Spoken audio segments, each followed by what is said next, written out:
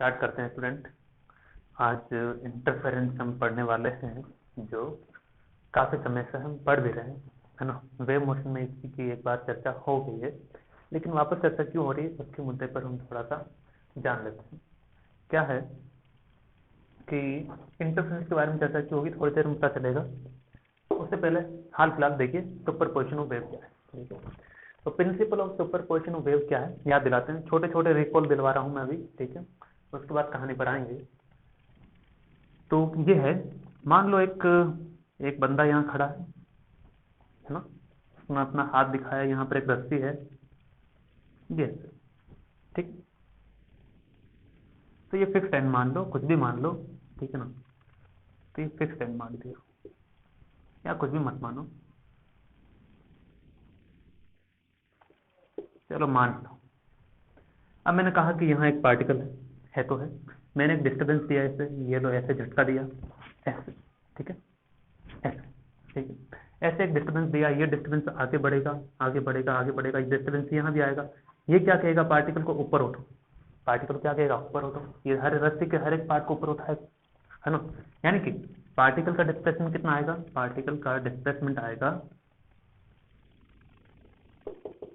जितना इसने displacement generate किया है, दैट इज द y1 मैंने कहा, ओके ना। यानी कि कहीं पर भी वेव है, डिस्टर्बेंस है, डिस्टर्बेंस की वजह से पार्टिकल का डिस्टेंस वही होगा जो डिस्टर्बेंस जितना हुआ है जनरेट, ठीक है। रिपीट, किसी भी पार्टिकल का डिस्प्लेसमेंट डिपेंड करता है डिस्टर्बेंस पर। यहाँ मैंने कहा डिस्प्लेसमेंट इसका y1 था, तो ये भी कितना देगा, y1 देगा, तो ये वैल्यू y1 थी, ओके ना। अब मान लो कि एक दूसरा बंदा है, वो यहाँ से आ रहा है ना। चलो इसको इधर रखो, एक दूसरा केस दिखा देते हैं। एक ने यहाँ से रस्सी पकड़ रखी है और यहाँ से भेजा, यहाँ एक पार्टिकल है, ठीक है। इसने कहा डिस्टर्बेंस जनरेट करता हूँ, कर दिया। इसका डिस्टर्बेंस मान लेते हैं y2 है, कितना है, y2 है। ये आगे बढ़ेगा आगे बढ़ेगा, इसको कहेगा ऊपर उठो। बैठे बैठे क्या कर रहे हो, डिस्टर्बेंस आया है तो डिस्टर्बेंस लो, तो इसने दिया, कितना लिया, y2। ये सिंपल सी बात थी कि जितना डिस्टर्बेंस देंगे उतना डिस्प्लेसमेंट उसे मिलेगा मिलेगा ही मिलेगा, ठीक है। चलो, तो नई बात क्या है, नई बात यह है कि क्या हो कि अगर दो वेव एक साथ हो, दो या दो से ज्यादा, ये तो हर बार एक ही वेव की बात कर रहे थे। तो दो लोग हैं, ये लो, एक इधर एक इधर, ओके। तो बीच में एक पार्टिकल मान लेते थे, तो ये वाला, इसने कहा ये लो मैंने डिस्टर्बेंस दिया, इसने कहा ये लो मैंने भी डिस्टर्बेंस दिया, ठीक है। तो क्या होगा, अगर इसने डिस्प्लेसमेंट दिया है 5 का और इसने डिस्प्लेसमेंट दिया है 10 का, ठीक है, तो ये ओवरऑल कितना डिस्प्लेसमेंट लेगा, ये कह रहा है मेरा डिस्प्लेसमेंट लो, तो ये 5 उठेगा। ये कह रहा मेरा भी लो, तो ये 10, तो 5 + 10 कितना हो जाएगा, टोटल 15 हो जाएगा। टोटल कितना उठेगा, ये 15 तक का डिस्प्लेसमेंट करेगा, ठीक है। कैसे, ये आगे बढ़ा ये आगे बढ़ा, यानी कि थोड़ी देर बाद आगे बढ़ा दिया इसे, इसे भी आगे ले आए, ठीक है। चलो इसे बड़ा दिखाना है, बड़ा दिखा दो, ओके ना। अब क्या होगा, अब ये होगा कि एक जगह पर मिलेंगे मिलेंगे तो मिलने दो, है ना, मिला दिया। चलिए, बराबर भी हो सकते हैं, डजंट मैटर, है ना। फिर फाइनली इनका क्या हो जाएगा, ये तो कॉम्बिनेशन हो गया। अब फिर से ये क्या हो जाएगा, आगे बढ़ जाएगा, कॉम्बिनेशन आगे बढ़ जाएगा, तो बढ़ा देते हैं आगे, है ना। ये आगे चला जाएगा, ये इधर आ जाएगा, सही है ना, हाँ सही है। तो देखो ये 5 और 10 कितने हो गए थे यहाँ पर, 5 और 10 15 नेट डिस्प्लेसमेंट।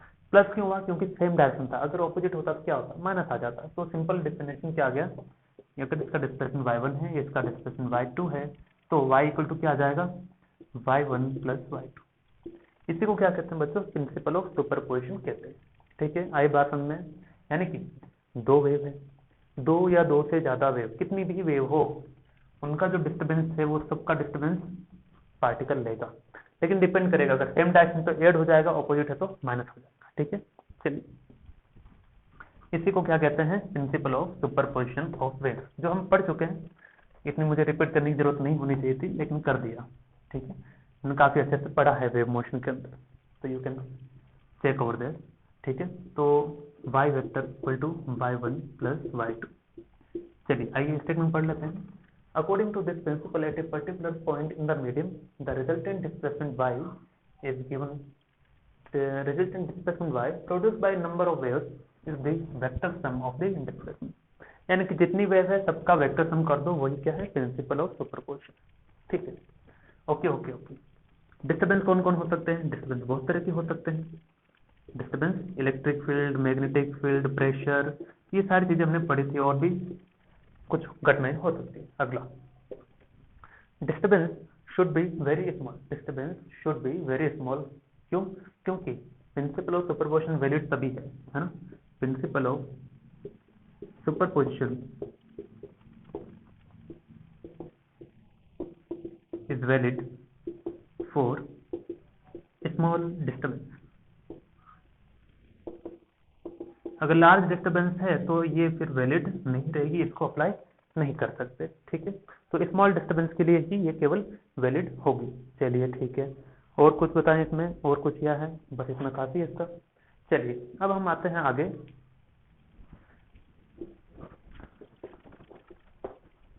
कि इंटरफेरेंस हमें पढ़ना है, तो इंटरफेरेंस पर ही आते हैं।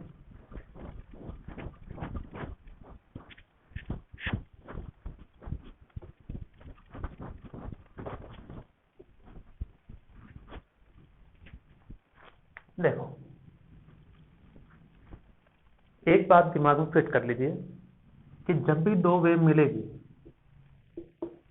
वेव 1, वेव 2, जब भी कोई दो वेव मिलेगी आपस में, तो उनका मिलना यानी कि उनका कॉम्बिनेशन।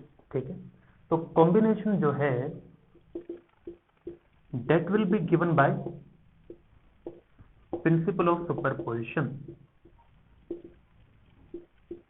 Principle of superposition. चाहे कैसे भी मिल रही हो वेव, ऐसे जा रही है, ऐसे जा रही है, दोनों ऐसे जा रही है, दोनों ऐसे आ रही है, कैसे भी किसी भी डायरेक्शन में, बस वेव अगर मिल रही है तो मिलने पर उनका जो कॉम्बिनेशन यानी कि रिजल्टेंट इक्वेशन जो बनेगा वो देंगे किससे? जैसे एक वेव आ रही है इधर y1 equal to a1 sin omega t minus kx। ठीक है, दूसरी वेव आ रही है इधर से y2 a2 sin omega t plus kx। ठीक है, sin omega t plus kx मान लिया, तो यहां मिलेगी, तो इसका इक्वेशन क्या आएगा? y1 plus y2। ठीक है, that is the principle of superposition wave. चलिए ओके, अब हम आगे की बात करते हैं। आगे की बात ये कि दो वेव का मिलना और मिलने की वजह से जो रिजल्टेंट वेव बनेगी वो होगी, वो किसे देंगे हम? प्रिंसिपल ऑफ सुपरपोजिशन से। लेकिन उस वेव के मिलने से जो घटना घटित होगी यानी कि जो फिजिकल इफेक्ट जनरेट होगा, that is what? That is the interference. ठीक है, दैट इज द इंटरफेरेंस। फिर से रिपीट करते हैं। देखो, दो वेव है, दो वेव मिलेगी तो उनका मिलना डिसाइड हो रहा किससे? Principle of superposition. यानी कि प्रिंसिपल ऑफ सुपरपोजिशन बताएगा कि किस तरह मिली है। मिलने के बाद जो घटना हुई है वो घटना क्या है? इंटरफेरेंस। यानी कि this one is the physical effect. ये क्या है? फिजिकल इफेक्ट है, physical effect due to the superposition of the two waves. ठीक है, तो डिफरेंस याद रखिए। डिफरेंस ये है कि सुपरपोजिशन का मतलब दो वेव का मिलना, और उन दोनों वेव के मिलने से जो घटना घटित होगी वो क्या है? वो है आपका क्या? इंटरफेरेंस। चलिए, तो ये हुआ यहां तक इंटरफेरेंस। तो इन शॉर्ट इंटरफेरेंस का सबसे आसान सा एक डेफिनेशन वो लिखते हैं। ठीक है, तो आसान सा डेफिनेशन क्या है? When two or more waves, when two or more waves meet simultaneously in a region. ठीक है, लिखवा देते हैं चलो। When two or more waves pass through the same region, when two or more waves pass through the same region, pass through the same region simultaneously, एक साथ। ठीक है, when two or more waves passes through the same region simultaneously, then it is said to be interference of wave। ठीक है, then it is said to be said to be interference of wave. ठीक है, तो आई बात समझ में आपको। दो वेव का मिलना, तो मिलना किससे डिसाइड होगा? That is because of the superposition, कि एक ही डायरेक्शन में है या अलग अलग डायरेक्शन में। ठीक है, और मिलने के बाद जो फिजिकल इफेक्ट आपको दिखाई देगा दैट इज व्हाट? इंटरफेरेंस। ठीक है, अभी आज इंटरफेरेंस को बहुत अच्छे से समझेंगे। चलिए, इंटरफेरेंस ये हुआ। अब इसमें इंटरफेरेंस में आगे कि कौन कौन सी घटनाएं इसमें हो सकती है, हमने जो पढ़ ली अब तक इंटरफेरेंस की घटनाओं वो देखते हैं। ठीक है, तो देखते हैं इंटरफेरेंस ऑफ वेव में क्या क्या था। स्टेशनरी वेव था, बीट्स हमने पढ़ लिया था, उनके बारे में बात करते हैं, क्या वो इंटरफेरेंस की घटनाएं थी। तो ये ऐसा है, जैसे इंटरफेरेंस में अब तक हमने जो पढ़ा है वो ये कि दो वेव का मिलना। तो स्टेशनरी वेव के बारे में समझते हैं, क्या ये इंटरफेरेंस था क्या दो वेव का? स्टेशनरी वेव में क्या हो रहा था कि दो वेव हैं, ऑपोजिट डायरेक्शन में ट्रेवल करेगी, जिनका फ्रीक्वेंसी सेम रहेगा, एम्पलीट्यूड भी क्या रहेगा? सेम रहेगा। तो ये दो वेव हैं, मिलेगी, तो इसका इक्वेशन y1 है, इसका इक्वेशन y2 है, तो y equal to y1 plus y2, ये हमने दिया प्रिंसिपल ऑफ सुपरपोजिशन से। और इससे जो फिजिकल इफेक्ट हमें दिखाई दे रहा है, यहाँ पे कौन सी वेव बन रही है? वो है कौन सा? Stationary wave. यानी कि स्टेशनरी वेव भी इंटरफेरेंस के कारण हो रहा था। चलिए अगला देखते हैं बीट्स में। बीट्स कैसे बनती थी? कि दो वेव हैं जिनका फ्रीक्वेंसी डिफरेंट होना चाहिए, लेकिन जो फ्रीक्वेंसी का डिफरेंस है वो लेस देन 16 हर्ट्ज के आसपास कुछ होना चाहिए, यानी कि ज्यादा डिफरेंस नहीं रहेगा। तो दो वेव हैं, सेम डायरेक्शन में ट्रेवल कर रही है, जिनका फ्रीक्वेंसी क्या है? डिफरेंट है। तो ये पहला वेव, ये दूसरा, इसको मैंने कहा y1, ये y2, किसी एक पॉइंट पर मिलेगी। तो यहाँ पर जब वेव मिलेगी तो क्या लिखेंगे? y equal to y1 plus y2। तो ये हमने दिया किससे? प्रिंसिपल ऑफ सुपरपोजिशन से। और इसकी वजह से कौन सी घटना में दिखाई दे रही है? बीट, जिसमें हम पढ़ते हैं क्या? Beat frequency. तो अब हमें क्या पढ़ना है? एक चीज हमने और पढ़ी थी साउंड वेव्स में। साउंड वेव्स में भी क्या होगा कि दो साउंड सोर्स हैं, किसी एक जगह पर मिलेगी साउंड वेव, तो वहां पर भी क्या हो रहा है? Interference of sound wave. ठीक है, तो ये साउंड वेव में भी होता है, स्टेशन वेव के केस में भी था, बीट्स में भी था। तो अब क्या पढ़ना है? अब हमें पढ़ना है interference of light.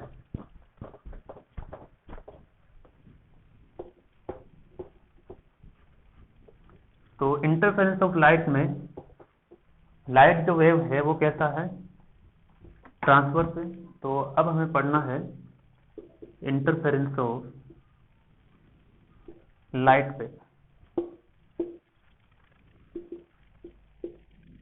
Light wave कैसी है? ट्रांसवर्स है।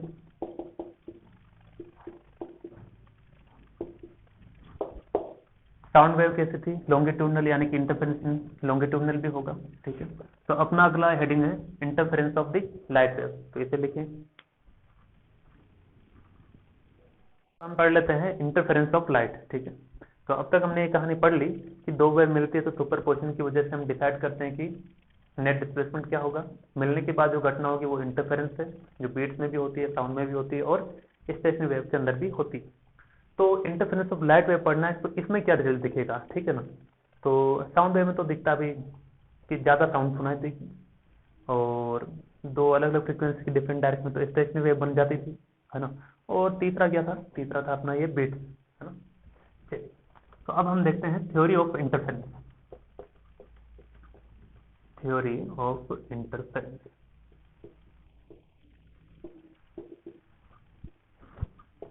कल समझते जाना है, अजम्पशन ज्यादा नहीं लिखेंगे। ठीक है, तो मान लो दो लाइट सोर्स है अपने पास। कितने सोर्स हैं? दो लाइट सोर्स हैं, S1 S2। S1 S2 दो लाइट सोर्स हैं जिनके बीच का डिस्टेंस मान लो d है। कितना है? d है। यहां से एक लाइट वेव निकली और हमें किसी पॉइंट P पर पहुंचाना है, पहुंचा देते हैं, है ना। तो पॉइंट P पर पहुंचा। वैसे हमें पता है कि light wave travel in straight line, तो वैसा ही मैंने स्ट्रेट लाइन बना दी। चलो स्ट्रेट लाइन बना देते हैं, ये भी खुश हो। हाँ, यहाँ से भी एक लाइट वेव भेज देते हैं। ठीक है, ये भी चलिए। बस डिजाइन दिखाया है, उससे कोई लेना देना नहीं है, ठीक है।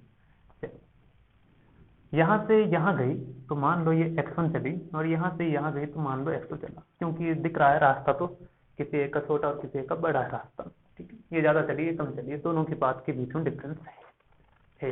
Okay, these two waves are almost in the same direction, I am not saying perfectly, almost माना जा सकता है, ठीक है। तो अगर ऑलमोस्ट माना जा सकता है तो वेव का इक्वेशन क्या लिखते हैं, ए साइन ओमेगा टी माइनस के एक्स, ऐसा लिखते हैं। तो मान लेते हैं कि यहाँ से जो वेव निकली है उसका एम्पलीट्यूड है A1, इसका एम्पलीट्यूड है A2, करेक्ट, और फ्रीक्वेंसी दोनों का सेम है, इसका भी ओमेगा है और इसका भी ओमेगा है। अब एक ही डायरेक्शन जा रही है, मान लो इसकी एक्स डायरेक्शन जा रही है, तो बीच में तो माइनस ही आएगा, तो उसमें कोई दिक्कत नहीं, माइनस या प्लस कोई फर्क नहीं है डेरिवेशन में, ठीक है। चलिए, तो एट एनी टाइम टी, जब ये वेव यहाँ से यहाँ पहुंचेगी तो इसका एक्स कितना है, x1 है, तो x की जगह क्या हो जाएगा, x1 हो जाएगा, यानी कि इसका इक्वेशन क्या आ जाएगा, y1 equal to A1 sine omega t minus k x1, सही लिखा। हाँ, केवल क्या था, सारी चीजें सेम थी, एम्पलीट्यूड A1 है, ओमेगा तो सेम ही है, टी भी सेम, किसी टाइम टी पर हमने लिखा है पहुंची होगी, ठीक है, x1 चल करके। ये कितना चल के पहुंची है किसी टाइम पर, साइन ओमेगा टी माइनस के x2, ठीक है। चलिए, इतना हुआ, इतना होने के बाद की कहानी क्या है हुआ, तो अब आगे की कहानी यह है कि जो भी ब्रैकेट में है उसे क्या कहते हैं, फेज कहते हैं। ये लेट से φ1 है, ठीक है, लेट से ये क्या है, फेज φ2 है। तो दोनों के बीच में क्या कोई फेज डिफरेंस है, हाँ है, निकाल के देख लेते हैं, अगर होगा तो पता चल जाएगा। तो फेज डिफरेंस को लेट से मैं 5 से डिनोट कर देता हूं, φ2 माइनस 5 क्या आ जाएगा, ओमेगा टी माइनस के x2, सही ना, ओमेगा टी माइनस के x2 minus omega t minus का के x1, ठीक है। तो ओमेगा टी माइनस के x2 minus omega T plus का के x1 माइनस माइनस प्लस, सही है। चल, ओमेगा टी से ओमेगा टी खत्म हुआ, क्या बच गया, k x1 minus x2, that is the phi. Delta phi लिखो या फाई लिखो कोई फर्क नहीं पड़ेगा, ठीक है। चलिए, कहाँ गया डस्टर, अब आगे यहां से k को क्या लिखेंगे, k को लिख दो 2 पाई lambda x1 minus x2, x1 minus x2 या फिर x2 माइनस x1 क्या है आखिरकार, ये पाथ डिफरेंस है ना। x2 माइनस x1 को पाथ डिफरेंस आफ्टर ऑल क्या है, डिस्टेंस है, positive negative doesn't matter, only focus on magnitude, ठीक है। तो इसे मैंने डेल्टा एक्स का, ये है बच्चों पाथ डिफरेंस, ये है phase difference,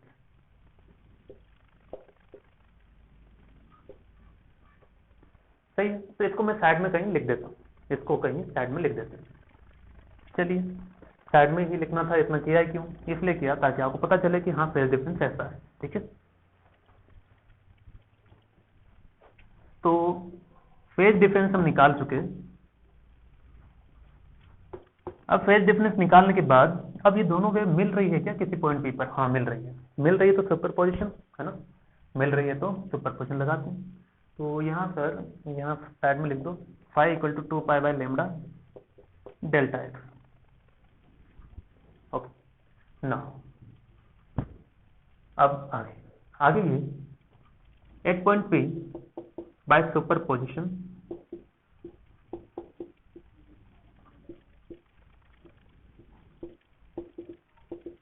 y equal to क्या आएगा, y1 प्लस y2 आएगा, सही। यही अपना क्या है, रिजल्टेंट वेव है, रिजल्टेंट वेव। चल इसे ऐसा लिखेंगे भाई, a1 sine omega t minus k x1 plus a2 sign omega t minus के x2, सही ना, दिखता है कि नहीं, सही देखते दिख रहा है, ऐसा लिखा। लेकिन इसको पता है आपको सोल्व करने के लिए आपको पता है कि इसे सोल्व करने के लिए उल्टा बोल दिया कि इसे सोल्व करने के लिए एसएचएम वाले इक्वेशन का यूज करना पड़ता है। मतलब इसे हम क्या मानते हैं, कॉस मानते हैं इसको। कॉस मानने के फिर जाके नया फॉर्म बनेगा, तो उतना नहीं करके हम क्या करते हैं, शॉर्टकट अपनाते हैं। क्या कि इसको y r equal to A1 sine φ1 लिख दें और A2 साइन φ2 लिख दें। ठीक है, मैंने कहा था ये वेक्टर है। वेक्टर है तो देखो, एक वेव है y1 जिसका एंगल है φ1, एक वेव है y2 जिसका एंगल है φ2। ठीक है, तो हम इतना बड़ा नहीं करेंगे, इसका आगे शॉर्टकट में निपटाएंगे। देखो कैसे, दोनों वेव के बीच में फेज डिफरेंस कितना है, that is the phase difference five. यानी कि अगर y1 जो है, इससे मैं ऐसे दिखाऊं φ1 एंगल पर रेफरेंस मान के, तो y2 कहाँ होगा, φ2 एंगल पर होगा। लेकिन दोनों के बीच का एंगल कितना होगा बच्चों, 5 होगा। क्या आप सहमत हैं? हाँ बिल्कुल है, क्योंकि दोनों के बीच का फेज डिफरेंस कितना है, 5 है। तो हम इसी का यूज करेंगे। ठीक है, यानी कि पैरेललोग्राम बना करके सोल्व करेंगे। ठीक है, चलो तो इसे सोल्व नहीं कर रहे, इसे सोल्व करेंगे तो काफी लंबा जाएगा। ठीक है ना, चलिए तो हम शॉर्ट में निपटाएंगे। तो ये रहा अपना A1 एम्पलीट्यूड वाला वेव जो y1 से रिप्रेजेंट हो रहा है। दूसरा वेव है y2 जिसका एम्पलीट्यूड है A2। ठीक है, दोनों के बीच का एंगल कितना बच्चों, 5 है। ये रिजल्टेंट ये रहा, सही है ना। ओके, तो रिजल्टेंट वेव का एम्पलीट्यूड क्या होगा, वही होगा जो मंजूर है फॉर्मूला होगा। क्या ये ऐसा कि amplitude R is equal to A1 square, या A लिख दो कोई दिक्कत नहीं। ठीक है, यही लिख दो, A1 square plus A2 square plus 2A1 A2 cos five. ठीक, ये हम जानते हैं वेक्टर, ये हम वेक्टर मेथड से जानते हैं यूजिंग पैरेललोग्राम। मुद्दे की बात, दो वेव मिल रही थी A1 एम्पलीट्यूड A2 की, तो बाय प्रिंसिपल ऑफ सुपरपोजिशन यहाँ एम्पलीट्यूड कितना आना चाहिए था, A1 प्लस A2 आना चाहिए था, हाँ या ना। लेकिन आया क्या, it is something else, it is something else. यानी कि जब दो लाइट वेव सुपर इम्पोज होती है तो इंटरफेरेंस तो होगा ही, लेकिन superposition wave due to superimpose क्या होगा कि उसका एम्पलीट्यूड चेंज होगा, and it will depend on five, it will depend on five. So a depends on five, five यानी कि फेज डिफरेंस। ठीक है, ये क्या है, फेज डिफरेंस। फेज डिफरेंस किस पर डिपेंड कर रहा है, पाथ डिफरेंस पर।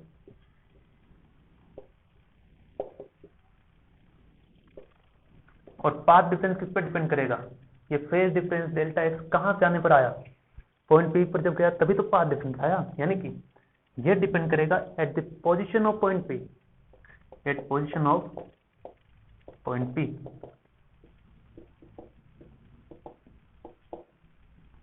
तो ये पोजीशन ऑफ पॉइंट पी पर डिपेंड करेगा। चलो इतनी बात समझ में आई। तो क्या और कुछ चीजें हम फाइंड कर सकते हैं, क्या कि ये जो रिजल्टेंट कितना एंगल बनाता है वो भी तो हम फाइंड कर सकते हैं। लेट से थीटा है, ये कितना है, थीटा। तो थीटा है तो क्या करें, थीटा है तो वैसे मिटा देते हैं, है ना। तो टेन थीटा कितना आ जाएगा, tan theta is equal to direct result A2 sine five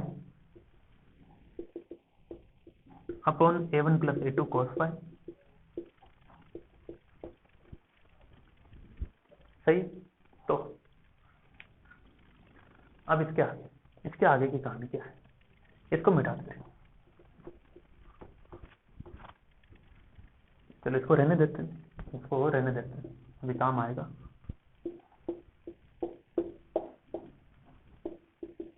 यहां पर आते हैं, एम्पलीट्यूड को मिटाता हूं। ठीक है, या फिर इसी को मिटाओ। चलो अब आगे ये है कि जो रिजल्टेंट वेव आनी थी बाय प्रिंसिपल ऑफ सुपरपोजिशन वो ये थी, ठीक है। अब ये जो वेव आएगी आखिरकार ऐसा कुछ देगी, ए साइन ओमेगा टी, ये रिजल्टेंट होगा, ये भी रिजल्टेंट होगा, है ना, और यहाँ पर कुछ एंगल होगा, we don't know the angle, ठीक है। तो रिजल्टेंट है तो रिजल्टेंट को मैंने सिंपली वाई से दिखा दिया, और रिजल्टेंट एम्पलीट्यूड तो ए है, तो यही एम्पलीट्यूड है वो। तो मुझे बताओ जो रिजल्टेंट वेव है वो यही है, कितने एंगल पर है, थीटा से, कहां से, यहां से, और ये वेव क्या थी,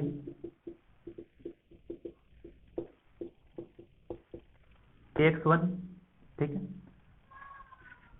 अब इसमें कितना एंगल ऐड हो गया, प्लस थीटा, यानी कि omega t minus kx1 plus theta is the equation of resultant wave. ये डायरेक्टली हमने निकाल लिया, ठीक है, that is the equation of resultant wave.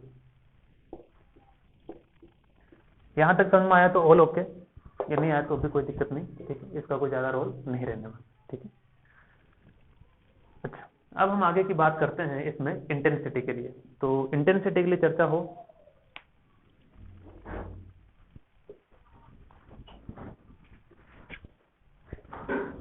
Intensity और एम्पलीट्यूड के बीच में कोई रिलेशन होता है क्या, क्या ऐसा कुछ हमने वेव मोशन में पढ़ा है।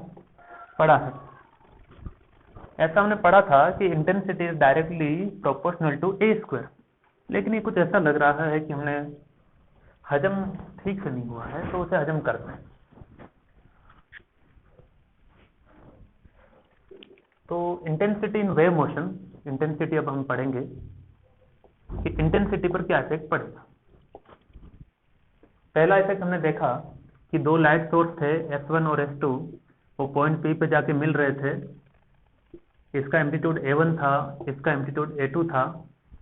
तो मिलने पर जो रिजल्टेंट एम्पलीट्यूड है वो होना चाहिए था क्या, A1 प्लस A2 होना चाहिए था, सिंपल मैथमेटिक्स के अकॉर्डिंग। लेकिन हुआ क्या कि बाय प्रिंसिपल ऑफ सुपरपोजिशन इसने बताया कि आप गलत हैं, और सही जवाब ये होगा कि A equal to A1 square plus A2 square plus 2A1 A2 cos phi,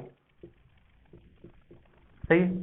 तो इसलिए इतना इंपॉर्टेंट है प्रिंसिपल ऑफ सुपरपोजिशन कि वो नहीं आता, यह आएगा, ठीक है। चलिए, तो उसी तरह से हमें देखना है कि अगर इसकी इंटेंसिटी I1 रही होगी, इसकी इंटेंसिटी I2 रही होगी, तो ये दोनों मिलेंगे, तो क्या resultant intensity I1 plus I2 आएगी या कुछ और आएगी, ठीक। तो वही हम चेक करना चाहते हैं। तो हमने पढ़ा है वेव मोशन में, स्ट्रिंग वेव्स में खास करके, ठीक है, क्या था, lecture number 8 wave motion, half rho omega square ए स्क्वायर वी, इंटेंसिटी का फॉर्मूला ये होता है। रो जो है वो क्या है, डेंसिटी है, दैट इज द फिक्स, ठीक है।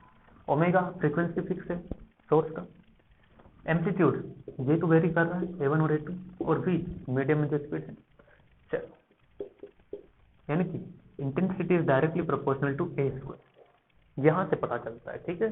तो कुछ रटने जैसा नहीं है।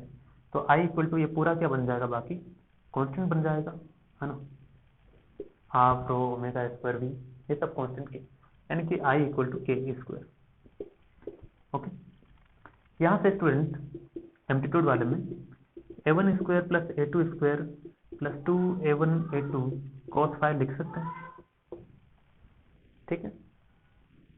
चलिए, अगर मैं एम्पलीट्यूड के स्क्वायर को k से मल्टीप्लाई कर दूं तो k से मल्टीप्लाई होने पर I आएगा, तो I1 कब आएगा, k A1 स्क्वायर, I2 कब आएगा, k A2 स्क्वायर, ठीक है।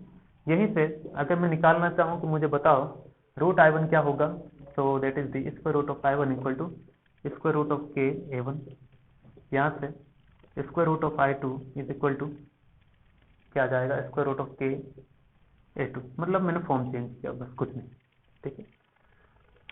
अब मैंने k से मल्टीप्लाई कर दिया दोनों तरफ, बस k a स्क्वायर क्या हो गया, I हो गया, ये I1 हो गया, ये I2 हो गया, प्लस 2 तो बाहर है ही। अब देखो स्क्वायर रूट ऑफ के A1 क्या हो जाएगा, I1, स्क्वायर रूट ऑफ के A2 क्या हो जाएगा, I2, और स्क्वायर रूट के फिर से k हो जाएगा, ठीक है। तो ये 2 तो बाहर रखा, इसे लिख सकते हैं 2I1I2 cos phi, यानी कि इंटेंसिटी भी I1 plus I2 नहीं होगा, it is I1 plus I2 plus 2 root I1 I2 cos phi, and once again intensity will also depend on phi, that is the phase difference.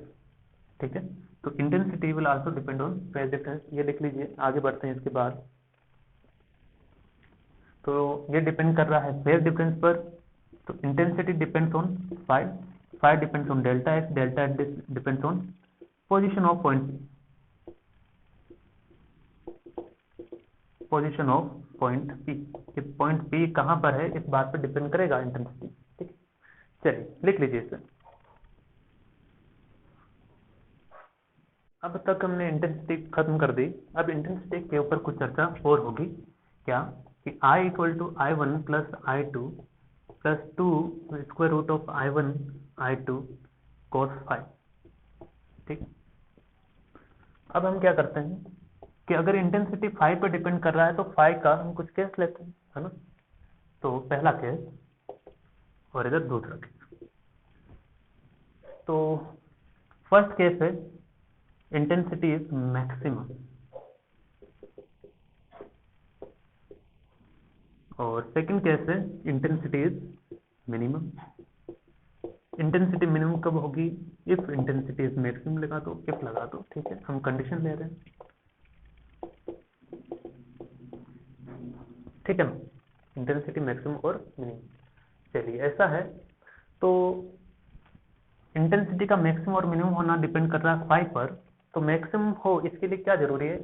For maximum cos phi must be equal to 1, और cos phi का अगर graph हम देखें तो कुछ ऐसा नजर आता है।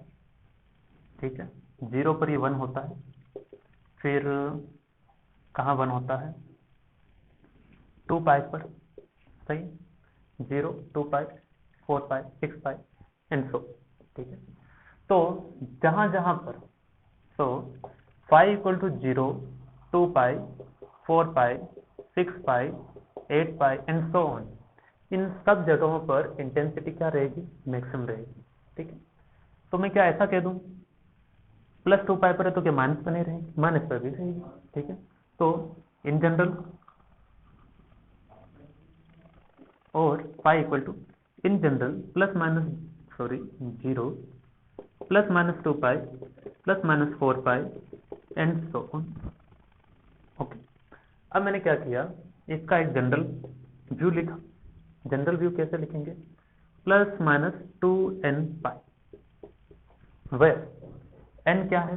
n इज, n स्टार्ट होगा 0 से 1 2 3 and so on.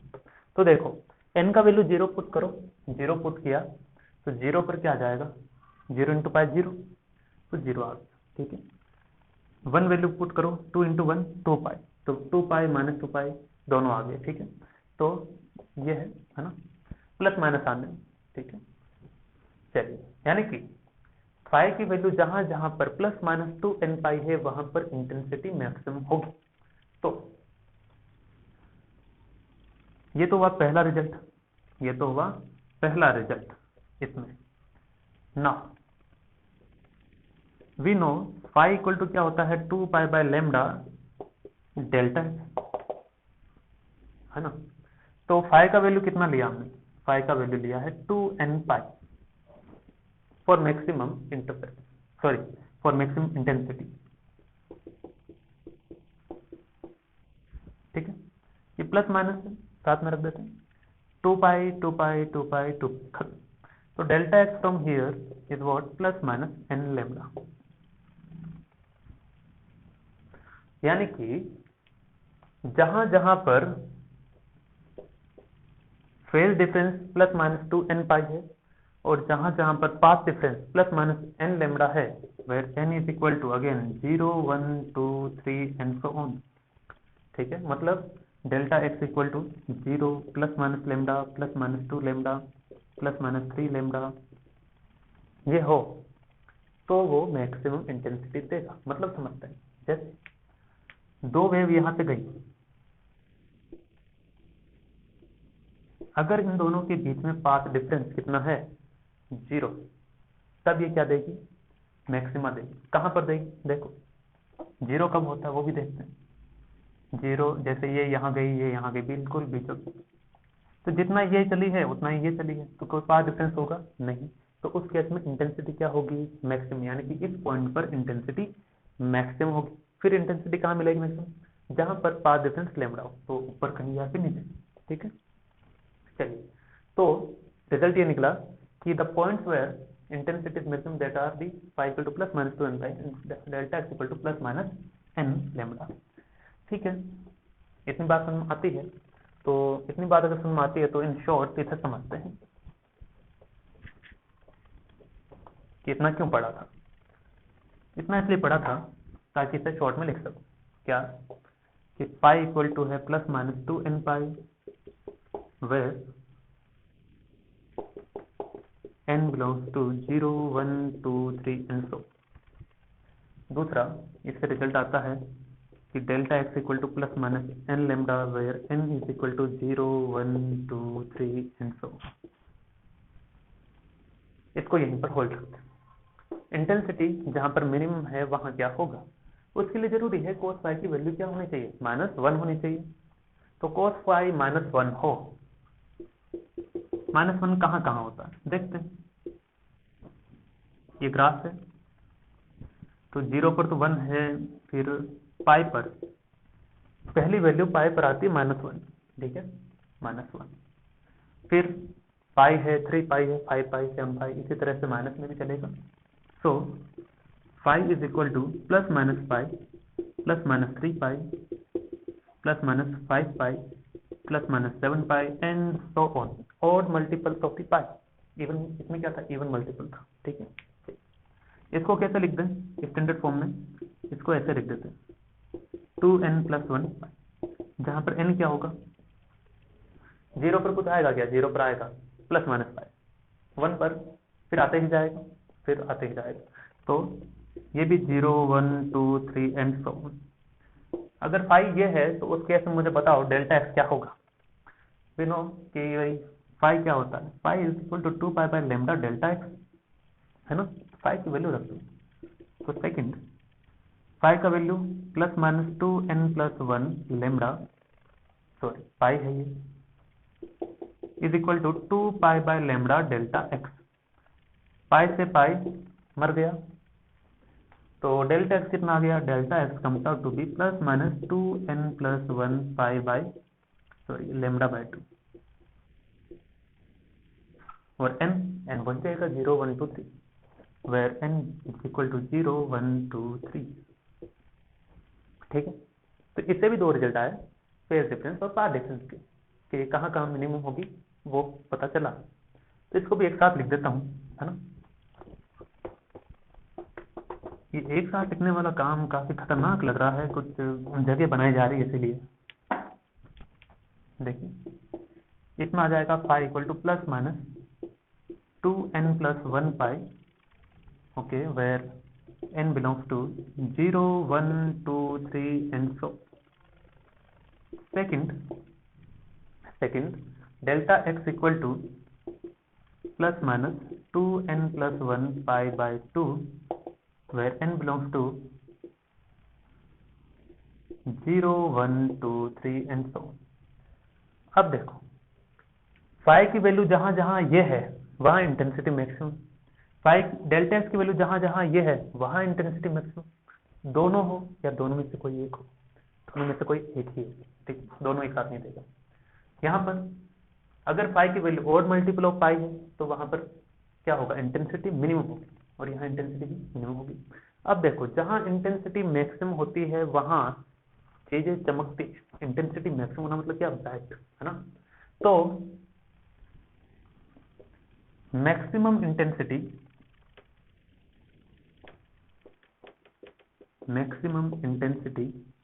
That is something which is related to brightness.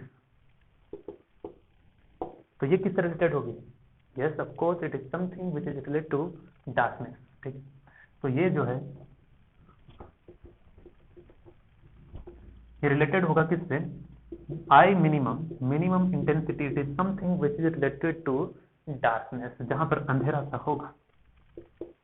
अब अंधेरा सा क्या होगा देखते हैं, ठीक है ना। अब एक छोटा सा पॉइंट लिखते हैं, the point where intensity is maximum,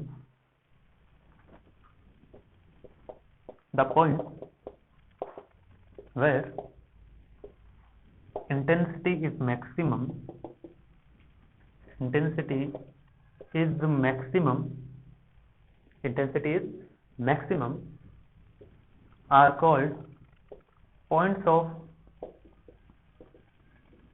constructive interference, constructive interference, ठीक है। वहां पर उसे कंस्ट्रक्टिव इंटरफेरेंस कहा जाता है, जहां जहां पर आपको इंटेंसिटी मैक्सिमम मिल रही है, यानी कि ब्राइटनेस है, वो क्या है, constructive interference, it is constructing something, ठीक है। यहां पर क्या जाएगा, the points where intensity is minimum are called points of destructive interference. तो मैं शॉर्ट में लिखते जा रहा हूं, डिस्ट्रक्टिव इंटरफेरेंस।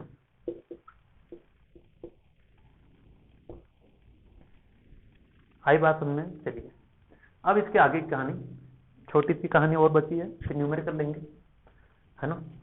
चलो, तो कंस्ट्रक्टिव इंटरफेरेंस का मतलब कुछ कुछ ऐसा है जहां पर ब्राइटनेस होगी, चमकेगी चीजें, है ना, और जहां नहीं चमक रही है, ब्राइटनेस कम है, इंटेंसिटी बहुत कम है, मतलब वहां पर डिस्ट्रक्टिव इंटरफेरेंस हो रहा है, ठीक है।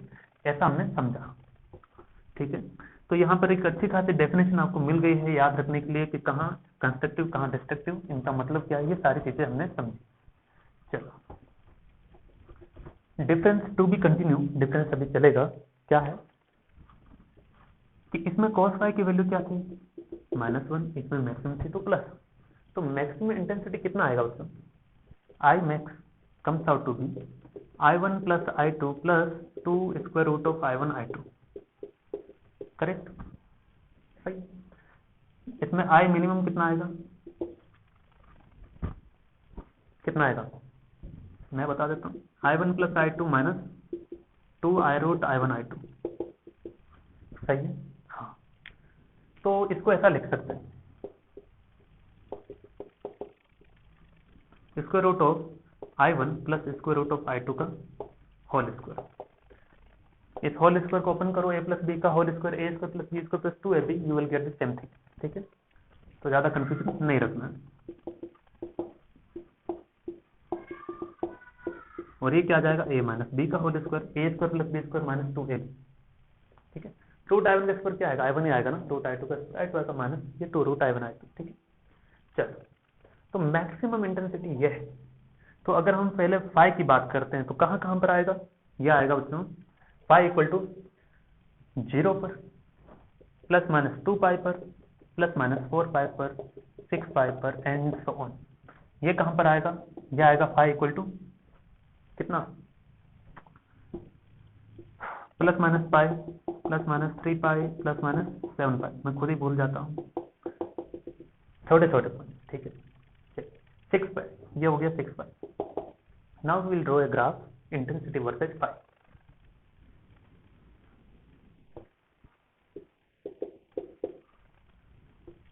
दिख जाएगा, फाई लिखा मैंने नीचे कोने में, दिख रहा है, तो बहुत खूब चमकता हुआ दिख रहा है।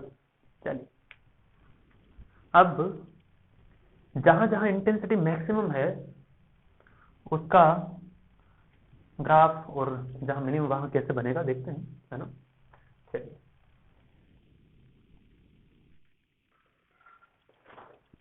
तो 0 है, इसको पाई दिखा देते हैं, इसको 2 पाई ऐसे ले लिया मैंने पॉइंट, ठीक है। 4 पाई, 5 पाई, 6 पाई, 7 पाई, 8 पाई, चलो ऐसे चलता रहेगा, या फिर थोड़ा दूर लें, कोई जरूरत नहीं, माइनस पाई, -2 पाई, -3 पाई, -4 पाई, -5 पाई, -6 पाई। चलिए, तो 0 पर, तो 0 पर इंटेंसिटी मैक्सिमम रहने वाली है, पॉइंट कर लेते हैं पहले। 2 पाई पर इंटेंसिटी मैक्सिमम रहने वाली है, तो थोड़ा दूर दूर की बनाना बेहतर होता। चलिए दूर की बनाते हैं, वरना ग्राफ थोड़ा घटिया दिखेगा, बहुत ही घटिया दिखेगा। चलिए, तो ये 0 है, यहाँ पर लेते हैं पाई, यहाँ लेते हैं 2 पाई, यहाँ लेते हैं 3 पाई, यहाँ लेते हैं 4 पाई, अभी ठीक, -पाई, -2 पाई, -3 पाई, -4 पाई। चलो 0 पर इंटेंसिटी मैक्सिमम है, 2 पाई पर 2 पाई पर भी मैक्सिमम है, तो मैक्सिमम वाले की एक लाइन हम बना देते हैं, तो मैक्सिमम वाले इस लाइन को टच कर दो, सही है ना। तो 2 पाई, -2 पाई, 4 पाई, -4 पाई, ठीक है। अब जहां जहां पर मिनिमा है वहां पर ब्लू डॉट, +-पाई, ये मिनिमा, ठीक है। चलिए +-3 पाई, बस निशानी बना रहे हैं, ऐसा कोई है नहीं कि डॉट ही बनाना है। चलिए इतना ही लिया हमने इसके लिए। तो इंटेंसिटी मैक्सिमम है, उसके बाद क्या होगी, सीधी मिनिमम हो जाएगी। तो यहाँ पर इंटेंसिटी मिनिमम है, यहाँ पर कितनी है, मैक्सिमम है, यहाँ जो भी है मैक्सिमम है, ठीक है। तो ये यहाँ वाली लाइन जो है वो किसको दिखा रही है, ये मिनिमम इंटेंसिटी को दिखाएगी नीचे वाले में, ठीक है। चलिए तो यहाँ से यहाँ आए, फिर ये ग्राफ ऊपर गया, ठीक है, फिर ये ग्राफ नीचे आया, फिर ये ग्राफ ऊपर गया, फिर ये नीचे, सॉरी, सही, ठीक है। अब देख, पहले ये ग्राफ नीचे आया, फिर ये ऊपर गया, फिर नीचे गया, फिर, तो देखो जहां जहां इंटेंसिटी मैक्सिमम है वो सभी क्या है, कंस्ट्रक्टिव इंटरफेरेंस है, और जो जो नीचे है वो क्या है, डिस्ट्रक्टिव इंटरफेरेंस। यानी कि यहाँ पर इंटेंसिटी चमकेगी, ब्राइट होगी, ठीक है, मैक्सिमम, ठीक है। तो क्या ये पॉइंट ऑफ मैक्सिमा है, yes, they are the point of maxima, ठीक है। तो इंटेंसिटी जहां मैक्सिमम वो क्या है, पॉइंट ऑफ मैक्सिमा है मैथमेटिक्स के अकॉर्डिंग, ठीक है। और ये क्या है, पॉइंट ऑफ मिनिमा। इसी तरह से अगर इंटेंसिटी वर्सेस पाथ डिफरेंस का ग्राफ बनाए तो कैसा बनेगा, कैसा बनेगा देखते हैं। अब फेज डिफरेंस नहीं लेके हम क्या लेंगे, पाथ डिफरेंस लेते हैं।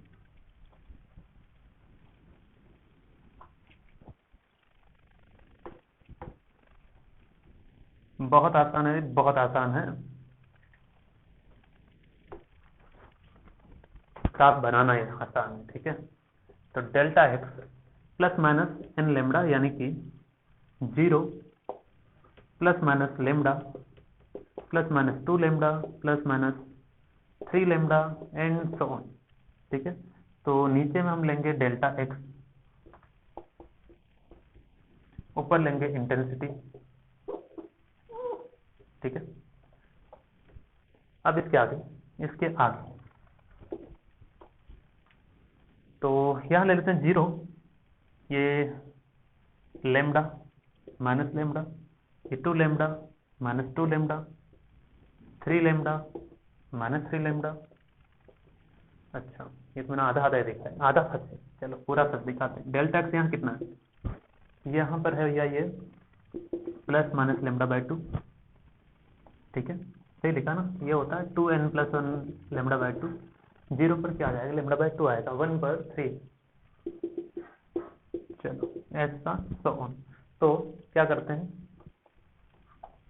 बीच में डालना पड़ेगा लेमडा बाई 2 को, फिर यहाँ लेमडा, फिर यहाँ लेमडा, सही है, 3 लेमडा बाई 2,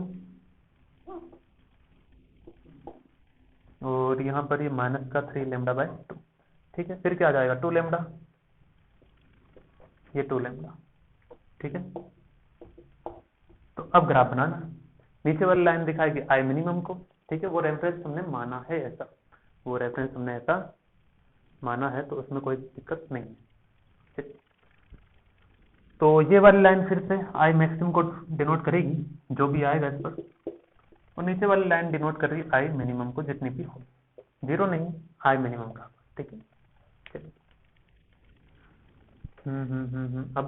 अब ये 0 पर क्या है, मैक्सिमम है, हाँ, फिर लेमडा बाई 2 0 हो गया।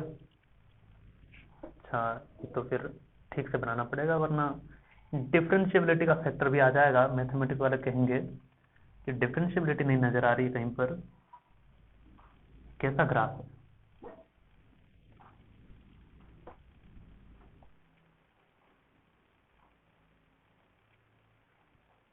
बनाया, सही बनाया है। अच्छा ये लेमडा है, लेमडा बाय 2 के बाद ये लेमडा है, ये -3 बाय लेमडा 2, ठीक है। और ये यहाँ पर 2 लेमडा। ओके, तो ये हो गया आपका intensity maximum versus minimum. Okay, चलिए लिख लीजिए इसे, आगे बढ़ते हैं। अब इसमें क्या है, अब हमें इसमें एक चर्चा और करनी है इंटेंसिटी के लिए। कितना इंटेंसिटी पढ़ाएंगे, थोड़ा बहुत पढ़िए और, है ना। 2√I1I2 cos phi, ये ऐसा था। Now let's suppose if I1 is equal to I2 is equal to I0, मान लिया, तो क्या होगा, तो I is equal to I0 plus I0 2I0 plus I0 into I0, I0 square root हट गया तो 2I0 cos phi, ठीक है। चमका के नहीं, रख के पुट करना आ जाए, ठीक है। 2I0 मैंने बाहर लिया common, 1 plus cos phi। NEET वाले यहाँ पर ध्यान दें, 1 प्लस cos phi का फॉर्मूला होता है डायरेक्ट, मुझे यकीन है बहुत कम लोगों को याद रहा होगा, 2 cos स्क्वायर 5/2, 2 cos स्क्वायर 5/2, ठीक है। ये 5 के नीचे है 2, cos के नीचे नहीं, काट मत देना किसी को।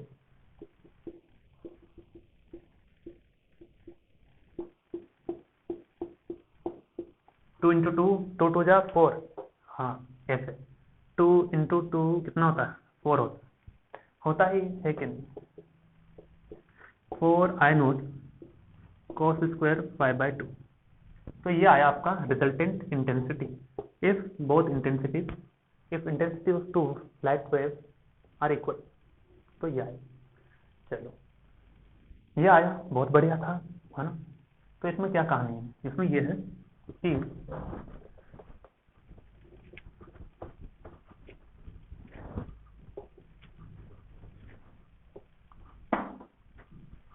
I रिजल्टेंट इक्वल टू क्या आया अपने पास, 4I0 cos स्क्वायर 5/2 आया।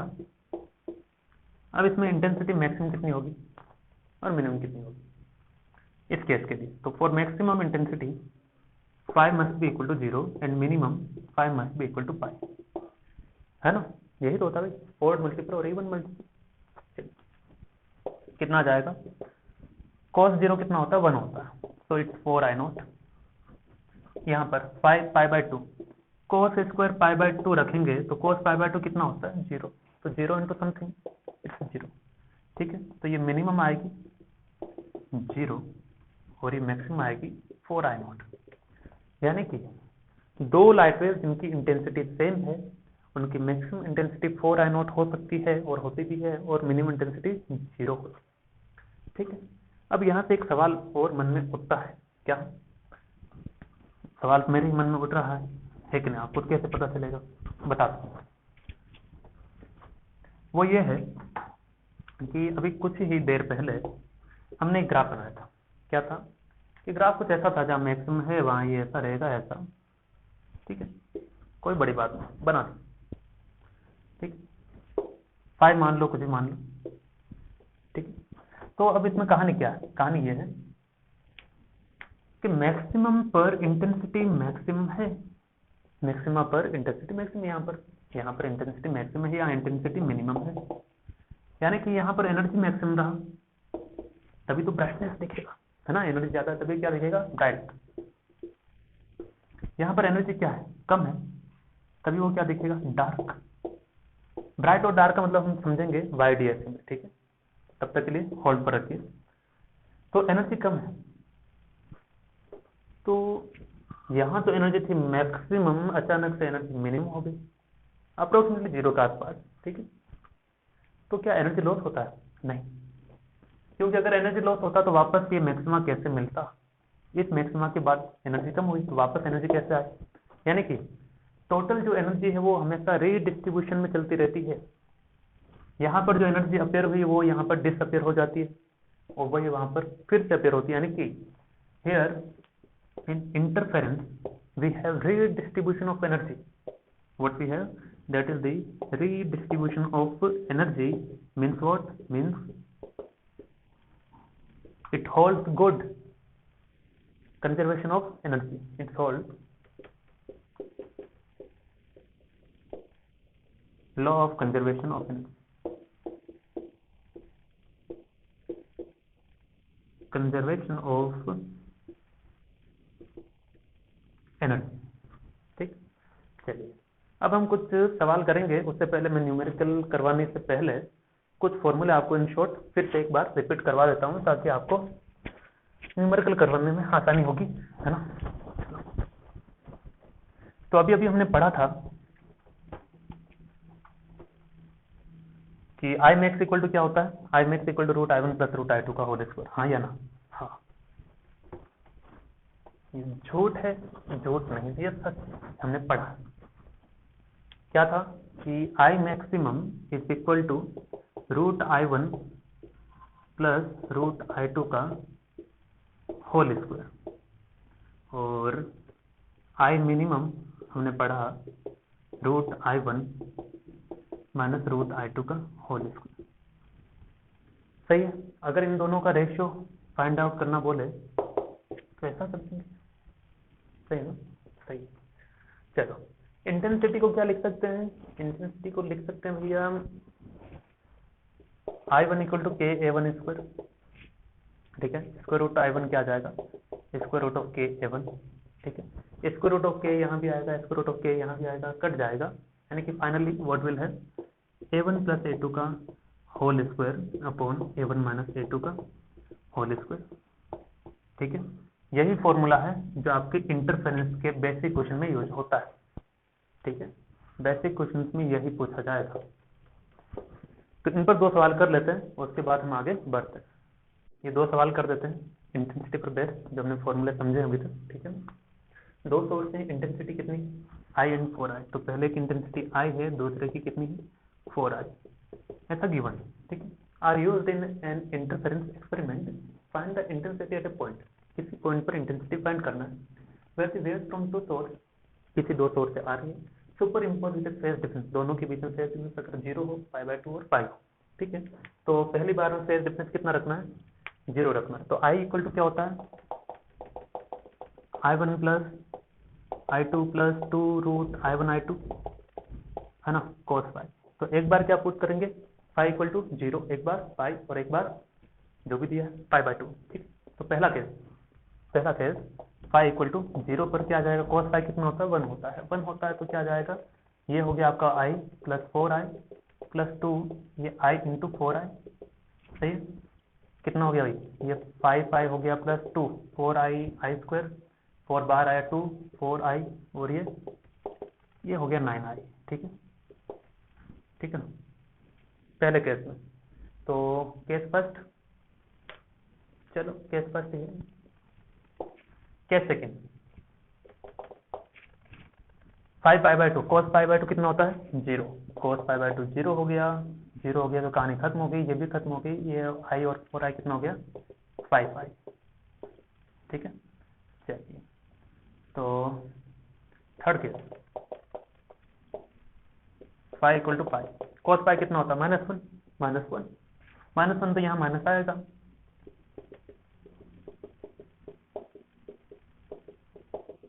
सही है, i1 का वैल्यू कितना है, आई है। अच्छा ये रिजल्टेंट लिख लो भाई, कंफ्यूज मत होना, रिजल्टेंट लिख लो इसे। ठीक है, वरना कहीं इधर भी आई इधर भी आई, ये कैसा है। तो ये 2 2 जा 4 5i माइनस 4i, ये फिर से कितना आ गया, ये i आ गया। सही है, पूछा क्या है, पूछा है find the intensity, two sources of intensity. सवाल में क्या पूछा है, इंटेंसिटी फाइंड करनी थी, कर यही पूछा है। जी हाँ, इतना ही पूछा है। ठीक है ना, चलिए हो गया। अगला इसी में अगर ये पूछ ले, इसमें दिया नहीं लेकिन पूछ लेते हैं, क्या, find the ratio of maximum और मिनिमम इंटेंसिटी। तो मैक्सिमम कितनी है, 9i, मिनिमम कितनी है, i। तो बताओ i max upon i minimum कितना आ गया, 9i अपॉन i, i का i मर गया, 9:1। ठीक है, चलिए तो ये हो गया 9:1। अगला सवाल क्या कहता है, अगला सवाल कुछ नहीं कहता है जब तक कि आप सुन ना पाए।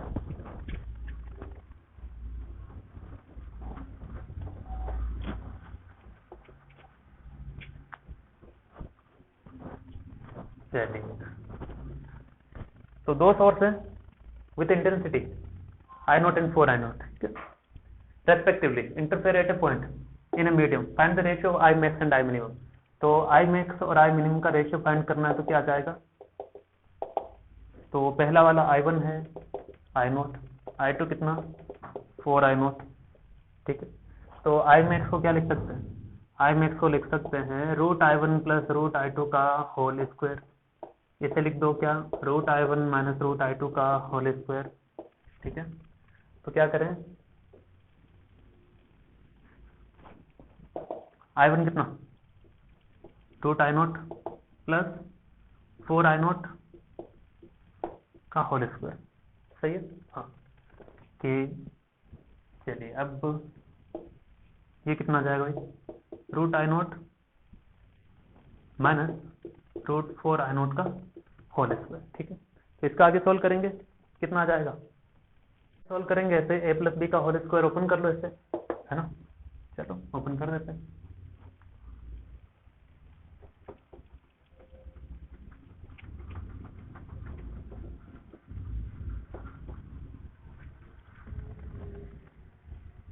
क्या आ जाएगा, a प्लस बी का होल स्क्वायर,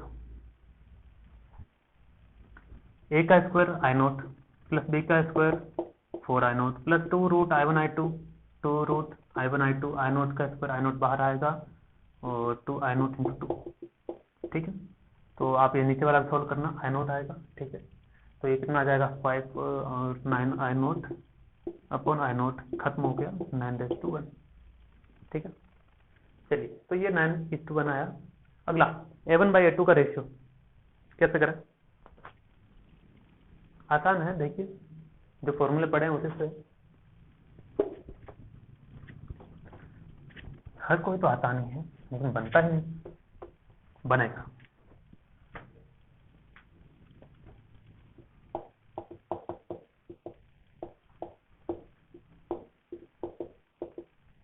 ठीक है, A1/A2 निकालना है तो A1/A2 को मैं कह देता हूँ R ratio, R for ratio, ठीक है, R फॉर रेशियो, ओके। तो A2 कॉमन ले लें,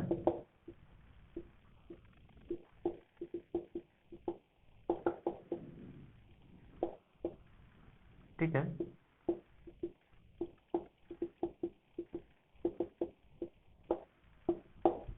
सही है, ओके। और ये कितना आया 9/1,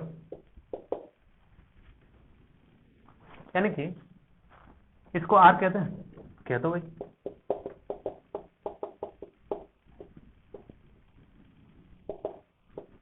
ये होल स्क्वायर हटा दो, ये लो, क्यों 3/1 is equal to what, R plus 1 upon R minus 1, multiply करो, कर लो क्या, करवा देते हैं। यहाँ देखो 3R minus 3 equal to R plus 1 2, यानी कि आंसर, ठीक है। चलिए लिख लीजिए। स्टूडेंट्स अब तक हमने देखा कि जब भी दो वेव मिलती है तो कुछ ना कुछ इंटरफेरेंस की घटना होती है, ठीक है, चाहे वो स्टेशनरी वेव्स हो, बीट्स हो या साउंड वेव्स हो। लेकिन लाइट वेव्स के केस में कुछ अद्भुत घटनाएं होती है। क्या अद्भुत घटना ये है कि उसकी वजह से कि जब भी दो वेव, ये साउंड, ये वेव सोर्स है लाइट वेव का, ये भी सोर्स है, इसकी फ्रीक्वेंसी सेम थी, इसकी फ्रीक्वेंसी सेम थी, तो स्क्रीन पर हमने देखा कि पॉइंट बी पर जब भी पहुंची, ये भी पहुंची, दोनों के बीच में कुछ ना कुछ पाथ डिफरेंस था। डिपेंड ऑन पाथ डिफरेंस और डिपेंड्स ऑन फेज डिफरेंस, हमने देखा कि इंटेंसिटी कम ज्यादा होती है, इंटेंसिटी कम ज्यादा होती है, ठीक है ना। अब जहां पर मैंने कहा था कि अगर ये बीच में जाएगी तो पाथ डिफरेंस 0 होगा, यहाँ पर है ना, कि जितना ये चली उतना ही चली, तो ये हमेशा इंटेंसिटी मैक्सिमम ही देगा क्योंकि पाथ डिफरेंस क्या है, सही। लेकिन लेकिन लेकिन लेकिन ये कब था, जब दोनों की फ्रीक्वेंसी क्या थी, सेम थी, दोनों की फ्रीक्वेंसी क्या थी, सेम थी, तभी हमें यहाँ पर मैक्सिमम मिला, और वो हमेशा मैक्सिमम ही रहेगा। ऐसा नहीं है कि 10 बजे देखा मैक्सिमम है, 10:30 देखा तो मिनिमम हो गया, यानी कि ऐसा भी नहीं 10:01 पर देखा मैक्सिमम, 10:01 पर हो गया, 10:02 पर हो गया मिनिमम, है ना। यानी कि समय के साथ ये चेंज नहीं हो रहा था। क्यों नहीं हो रहा था देखते हैं। क्योंकि यहां से जो वेव जा रही थी, इस वेव का इक्वेशन हमने दिया था y = a1 sin omega t minus kx1, सही है ना? हाँ, और ये जो थी वो थी y2 = a2 sin omega t minus kx2। किसी टाइम t पर ये x1 चलकर आई और ये x2 चलकर आई। ये इसका पूरा क्या है, फेज है φ1, ये पूरा क्या है, फेज है φ2। तो फेज डिफरेंस क्या आएगा बच्चों? फेज डिफरेंस आएगा φ2 माइनस φ1, सही है ना? तो क्या आ जाएगा, omega t minus kx1 omega t minus kx2 minus का ओमेगा टी प्लस का kx1, ठीक है, ये कट गया तो kx1 माइनस x2 बच गया, है ना? इसको हमने डेल्टा x कह दिया, तो 2 pi by lambda delta x। From here you can observe क्या फेज डिफरेंस किसी टाइम के टर्म पर डिपेंड करता है कि नहीं, यानी कि here phi doesn't change with time, doesn't change with time। इसीलिए चाहे आप सुबह देखो तब भी मैक्सिमा ही रहेगा, शाम में देखो तब भी मिनिमा ही रहेगा, प्रोवाइडेड ये दोनों सेम फ्रीक्वेंसी की हो, ठीक है? तो ऐसे दो सोर्स को हम क्या कहेंगे, कोहेरेंट सोर्स कहेंगे, जिनके बीच का फेज डिफरेंस टाइम पे डिपेंड नहीं करता। Very very important difference. क्या? Two sources of light are said to be coherent if the phase difference between the waves emitted by the source remain constant in time। Time के साथ constant रहना चाहिए, time से फर्क ही नहीं पड़ रहा, माला फर्क ना पड़ता है कि नहीं? तो ऐसा है कुछ। तो कोहेरेंट सोर्स में क्या हो गया कि भाई हाँ, अगर ऐसा है तो ऐसा ही रहेगा चाहे टाइम कुछ भी हो जाए, ठीक है? यानी कि कोहेरेंट सोर्स वो दो सोर्स हैं जिनके बीच में, जिनसे निकलने वाली वेव के बीच में फेज डिफरेंस जो है वो टाइम पे डिपेंड नहीं करता है, और नहीं करने से ही ये इंटरफेरेंस पैटर्न जो कभी ब्लैक और ब्राइट दिखेगा, कभी मैक्सिमा मिनिमा दिखेगा, वो फिक्स रहेगा कि यहाँ एक बार मैक्सिमा बन गया तो आजीवन मैक्सिमा ही रहेगा, ठीक है? तो ये बात थी कोहेरेंट सोर्स की। नाउ ऑब्वियस है कि कोहेरेंट है तो नॉन कोहेरेंट तो होगा ही होगा, ठीक है? जीवन है जहां, मृत्यु है वहां, ठीक है? तो अगला अपना आ जाता है क्या, नॉन कोहेरेंट सोर्स। अगला आ जाता है नॉन कोहेरेंट सोर्स। तो अगला लिखेंगे नॉन कोहेरेंट सोर्सेस, या इसे इनहेरेंट सोर्स भी कहा जाता है, इनकोहेरेंट।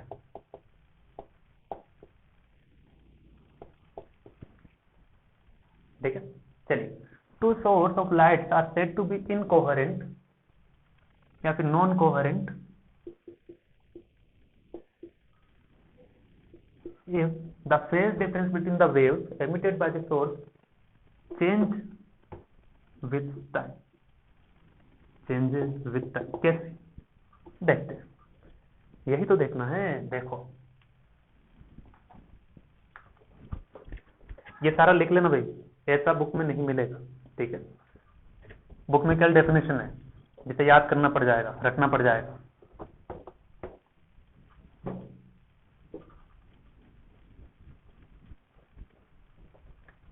चलिए अब हम देखते हैं इस कहानी को कि नॉन कोहेरेंट सोर्स क्या है। पिछली बार मैंने इसे क्लियर कट नहीं किया था क्योंकि मैं इसमें लाइट वेव्स को ही डिस्कस करते वक्त लेना चाहता था, कोहेरेंट और नॉन कोहेरेंट को, ठीक है ना? चलिए, तो यही दो सोर्स हैं, S1 और S2, किसी पॉइंट P पर मिल रहे हैं। Okay, now frequency is ω1 and here it is the frequency ω2, okay, traveling in the almost same direction and reaches at the point P। then equation 1, y1 = a1 sin ω1 t minus k x1, ये x1 चल के पहुंचा, ये x2 चल के पहुंचा, क्या आ जाएगा, y2 = a2 sin ω2 t minus k x2। अब यहाँ पर जज्बात बदल जाएंगे, कैसे देखिए, y1 = a1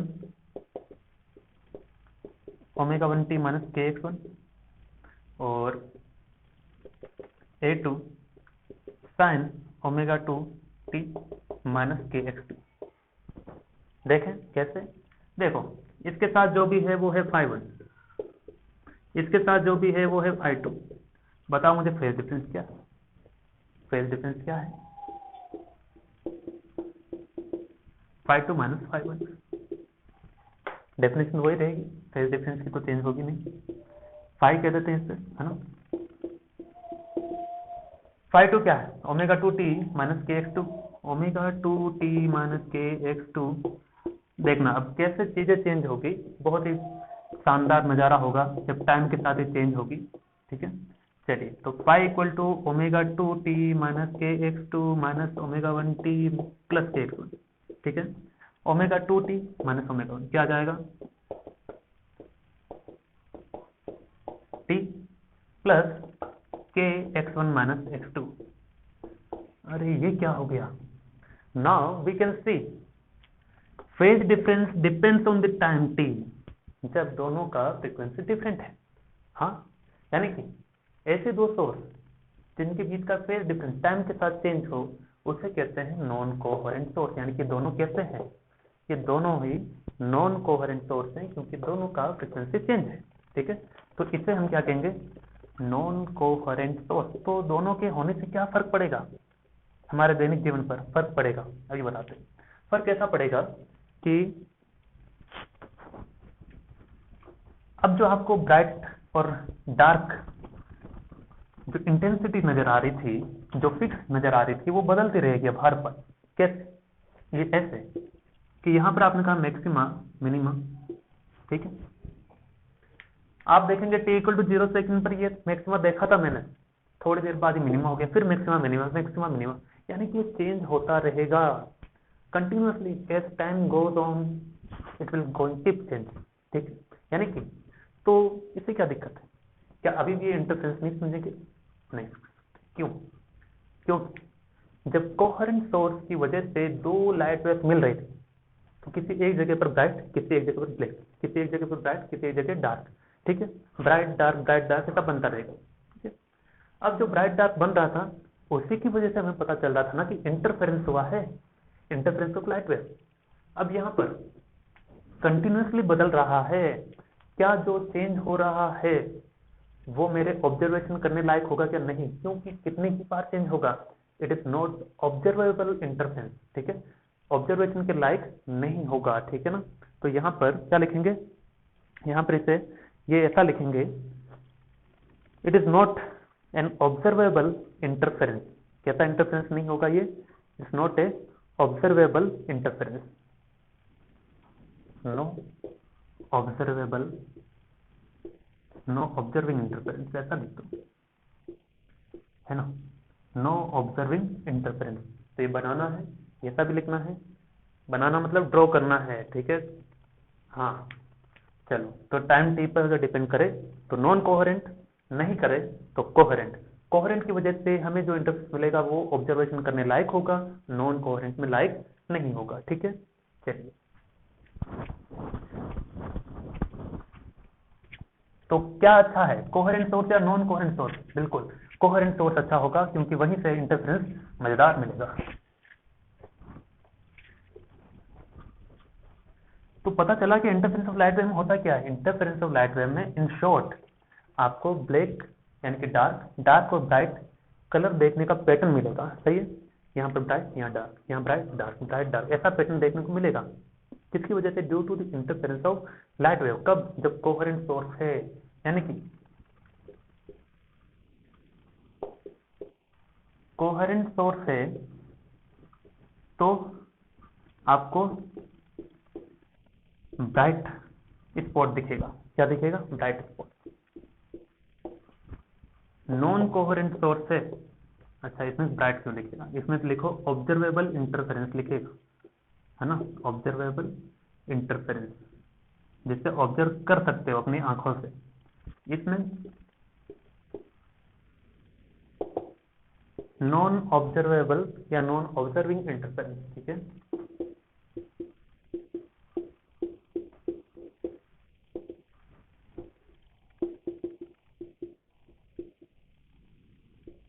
चलिए तो ये हो गया कोहेरेंट और नॉन कोहेरेंट। अब एक छोटी सी कहानी और, क्या है, आज तो खूब कहानी हो रही है। बात यह है, क्या कोई दो इंडिपेंडेंट लाइट सोर्स, जैसे कोई दो मैंने कैंडल लिए, ठीक है, क्या दो कैंडल या फिर दो कोई भी लाइट सोर्स, ट्यूबलाइट, बल्ब, क्या वो बिहेव करेंगे कोहेरेंट सोर्स की तरह? सवाल बहुत ही इंपॉर्टेंट क्वेश्चन इसमें मैंने लिखा है आराम से। Can two independent light source such as sodium lamp market में जो अवेलेबल है या फिर कैंडल प्रोड्यूस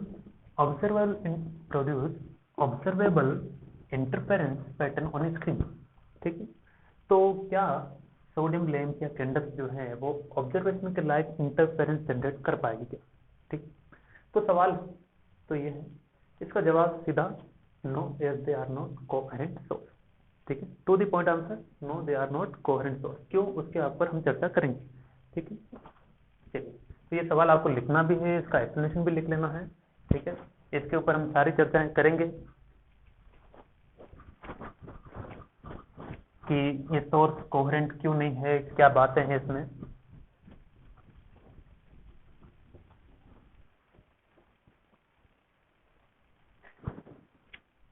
तो देखिए समझते हैं। सबसे पहले इंटरफेरेंस पैटर्न क्या है?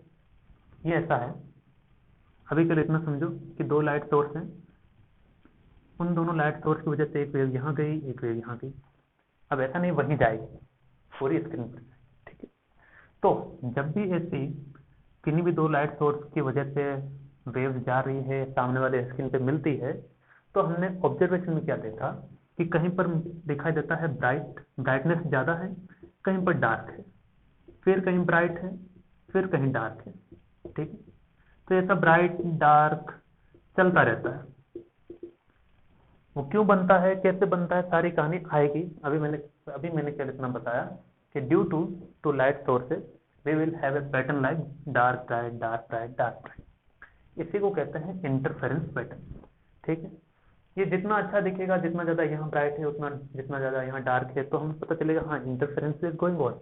ठीक है, वो पता चलता था किससे? कोहेरेंट सोर्स से। तो हमने कहा कि दोनों जो सोडियम लैंप है या कैंडल है, दे आर नॉट कोहेरेंट, तो ऑब्जेक्शन नहीं मिलेगा। क्यों नहीं मिलेगा, उसके ऊपर चर्चा कर रहे हैं। In case of two sodium independent sodium lamp, अलग अलग है ना, the phase difference between waves emitted by the sources very same rapidly and randomly. इसका कहना है कि अगर आपने यहाँ पर एक कैंडल लिया, ठीक है, यहाँ पर भी कैंडल लिया, तो इससे जो वेव निकलेगी, इससे जो वेव निकलेगी, दोनों के बीच का जो फेज डिफरेंस है वो बहुत तेजी से और रैंडमली चेंज होगा। पहला है, क्यों चेंज होगा उसके ऊपर आते हैं। ठीक है,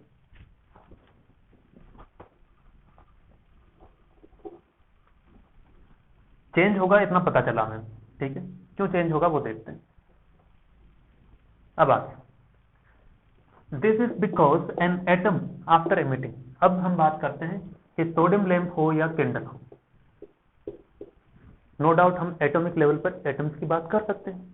अब इसमें क्या है कि जो एटम्स हैं, ठीक है ना, जो एटम्स हैं, एटम्स जो है वो एमिट करते हैं लाइट को। ठीक है, वो एमिट करते हैं लाइट पल्स को, उसी पल्स की वजह से यहाँ इंटरफेरेंस पैटर्न में दिखाई देता है। ठीक है, तो this is because an atom, कोई एक एटम की हमने बात की किसी एक सोर्स के लिए। ठीक है, एक कोई एटम जो होगा after emitting a short light pulse, जैसे ही उसने एक पल्स एमिट किया, then it become inactive for some time. अब ये रेस्ट पे चला जाएगा कि मेरे पास जो एनर्जी थी चली गई, अब मुझे रेस्ट करनी दो। ठीक, नाउ इट बिकम्स इनएक्टिव। जैसे इसने पल्स एमिट किया, इट विल बिकम इनएक्टिव। ठीक है, अब क्या करेगा? ऐसा तो है नहीं ये मर गया, जिंदा ही है, लेकिन रेस्ट पे चला गया, यानी कि इनएक्टिव हो गया। तो क्या होगा? वापस इसे जोश में आने के लिए, एनर्जेटिक लाने के लिए एनर्जी चाहिए। तो एनर्जी लाने के लिए क्या करेगा? It again gains energy by some interaction, अपने आसपास के कुछ एटम से इंटरेक्शन करता है। ठीक है, लड़ाई झगड़ा। तो आफ्टर इंटरेक्शन हुआ, इंटरेक्शन से एनर्जी गेन किया। ठीक है, एनर्जी गेन किया, अब एनर्जी आ गई, अब हम ताकतवर हो गए, है कि नहीं? तो फिर से एक लाइट पल्स एमिट कर दिया। ठीक है, एक लाइट पल्स एमिट कर दिया, तो बहुत ही छोटे से टाइम के लिए फिर से एक्टिव होता है। चलो कोई बात नहीं, it becomes active and emit another pulse of light. यहां तक ठीक। चलो स्टेप बाय स्टेप समझा रहा हूं सारे पॉइंट। पहले क्या था, एक एटम था, एटम ने एक पल्स जनरेट किया, ठीक है, पल्स जनरेट करने के बाद इनएक्टिव हो गया कि भाई एनर्जी नहीं रही मेरे पास। एनर्जी लाने के लिए उसने इंटरेक्शन किया आसपास के लोगों से, एनर्जी मिली, एनर्जी मिलते ही फिर से उसने एक पल्स दिया, इट बिकम्स एक्टिव ना। अब क्या कहना है, अब कहना है कि चाहे आप पहले सोर्स की बात करो या दूसरे सोर्स की, एटम तो बहुत सारे हैं दोनों सोर्स में, S1 S2, है ना, लेकिन एक पर्टिकुलर टाइम पर एक group of atom he active रहता है, सही ना। क्यों? क्योंकि अभी हमने देखा कि एक एटम एनर्जी पल्स दिया, उसके बाद क्या हो गया, इनएक्टिव। यानी कि किसी सोर्स के अंदर एटॉमिक लेवल पर सभी एटम्स एक साथ एनर्जी नहीं देते हैं, नहीं देते हैं। यहाँ पर एक ग्रुप है, यहाँ एक ग्रुप है, यहाँ एक ग्रुप है, ये बहुत सारे एटम्स है इसके अंदर, ठीक है ना, ये एटम्स है, डॉट डॉट जो दिखा रहा हूँ एटम्स है, इसके अंदर बहुत सारे एटम्स है, ठीक है। अब क्या होगा कि होगा ये कि जिस समय ये ग्रुप एक्टिव है तब ये सभी इनएक्टिव है, यानी कि उस समय लाइट ये भेज रहा है, ठीक है। जब ये इनएक्टिव होगा तो ये लाइट भेज रहा है, सही। अब कौन भेजेगा, ये रैंडम है, कौन भेजेगा, ये रैंडमनेस है, ठीक है ना, ये रैंडमली होता है ना। अब अगला आता है कि एक्टिव होगा तो पर्टिकुलर टाइम में particular group of atoms is active and rest are inactive, rest are inactive. The active time is the order of 10 की पावर -8 सेकंड, बहुत ही छोटे से टाइम पीरियड के लिए एक्टिव होता है, कितना, दैट इज 10 की पावर -8 सेकंड। पलक झपकाएंगे तब भी टाइम ज्यादा लगता है, और ये उससे भी कम टाइम के लिए एक्टिव होता है, ठीक है। And during this period A wave train का मतलब होता है इस तरह की वेव, इसी को वेव ट्रेन कह सकते हो, मतलब बहुत सारी पल्स, छोटी छोटी पल्स, ये पल्स है, इस तरह की पल्स बहुत सारी दोगे तो वो क्या है, वेव ट्रेन है, ठीक है। ड्यूरिंग दिस पीरियड, इस पीरियड के अंदर जब वो एक्टिव हुआ, a wave train of several metres is emitted, several metres is emitted, यानी कि एक लंबी हम वेव ट्रेन एमिट करते हैं, इस सोर्स ने भी एमिट किया, इस सोर्स ने भी एमिट किया, ठीक है ना। Means light coming from an ordinary source, ये ऑर्डिनरी सोर्स है, as a collection of several wave train, यहां से भी आ रही है, इस ग्रुप ऑफ एटम से भी आ रही है, इस ग्रुप ऑफ एटम से भी आ रही है, ठीक है। And they have no fixed phase relation, हाँ ये इंपॉर्टेंट है, क्या कि किसी एक ग्रुप ऑफ एटम की हम बात करते हैं, क्या ग्रुप ऑफ एटम की हम बात करते हैं, वो ये कि ये ग्रुप ऑफ एटम है, मान लो ये एक्टिव हुआ, इसने एक पल्स भेजी, ठीक, उसके बाद ये हो गया इनएक्टिव, उसके बाद मान लो ये एक्टिव हुआ, इसने पल्स भेजी, इन दोनों के बीच में क्या कोई फिक्स्ड फेज रिलेशन है, नहीं, फिक्स्ड फेज रिलेशन हो ही नहीं सकता, क्योंकि जब इतनी रैंडमनेस है तो कोई फिक्स्ड फेज रिलेशन आप नहीं दे सकते, ठीक है। और जब ये पूरा ही ग्रुप इनएक्टिव हो गया उसके बाद कोई दूसरा जुड़ेगा, यानी कि there is no fixed phase relation, it change with time, it changes with time randomly, तो टाइम के साथ रैंडमली चेंज हो रहा है, that's why they are non coherent, और नॉन कोहेरेंट के कारण कभी भी ऑब्जर्वेशन करने लायक इंटरफेरेंस नहीं मिलता है ना, तो यहाँ पर इंटरफेरेंस नहीं मिलेगा, ओके। तो सवाल ये आ जाता अब कि हमारा मेन मुद्दा यही रहता है कि इंटरफेरेंस पैटर्न लेकर आना है, तो इंटरफेरेंस पैटर्न लेकर आना है तो दो सोर्स ऐसे होने चाहिए जो कोहेरेंट हो, क्या हो, कोहेरेंट सोर्स हो। तो कोहेरेंट सोर्स लाने के लिए क्या कर सकते हैं, तो कोहेरेंट सोर्स लाने के लिए हम कुछ कुछ घटनाएं जो है वो पढ़ सकते हैं, बस इतना ही कर सकते हैं। कौन कौन सी घटनाएं हैं देखते हैं, पढ़ेंगे नहीं, केवल नाम बताएंगे, पढ़ेंगे अगले लेक्चर में। तो in practice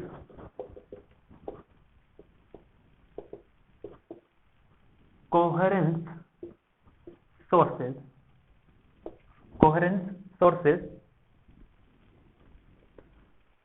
is obtained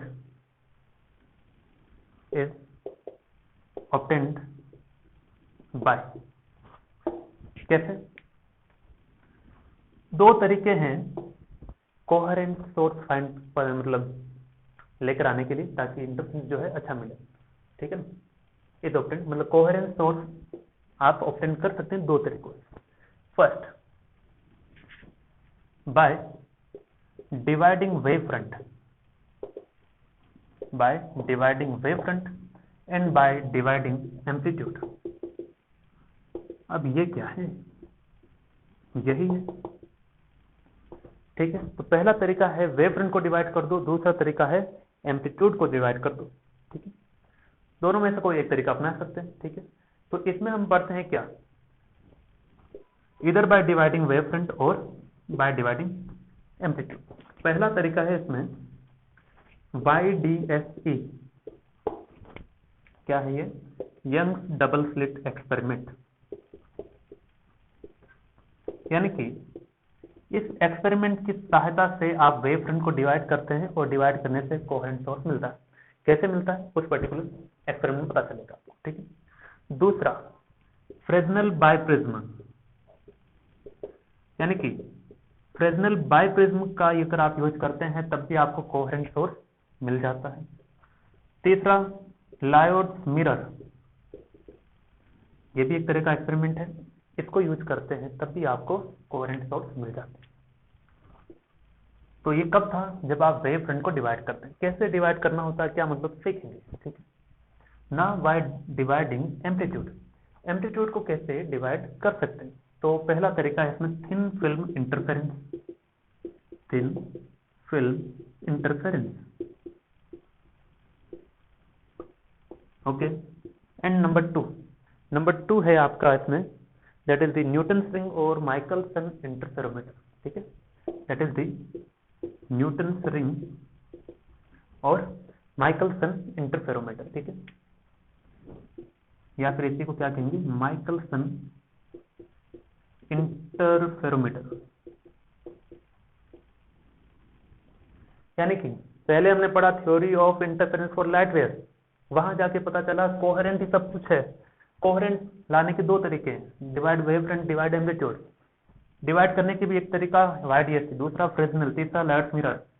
divide करने का एम्पलीट्यूड तरीका थिन फिल्म इंटरफेरेंस और न्यूटन रिंग, या फिर उसे कहते हैं माइकलसन।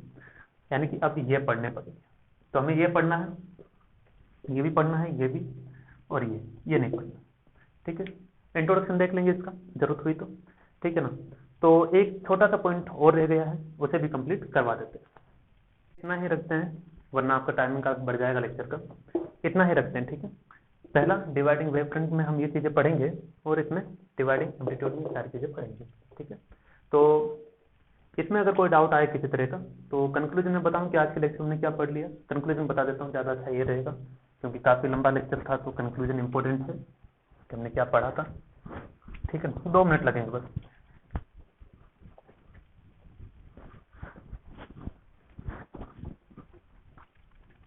सबसे पहले हमने कहा आज के पहले लेक्चर में, मतलब आज के पहले पॉइंट में, कि दो वेव जब भी मिलेगी y1 और y2, तो किसी पॉइंट पर जब भी मिली है तो वो सुपरपोजिशन के अकॉर्डिंग मिलेगी, that is the vector sum of the both, ठीक है।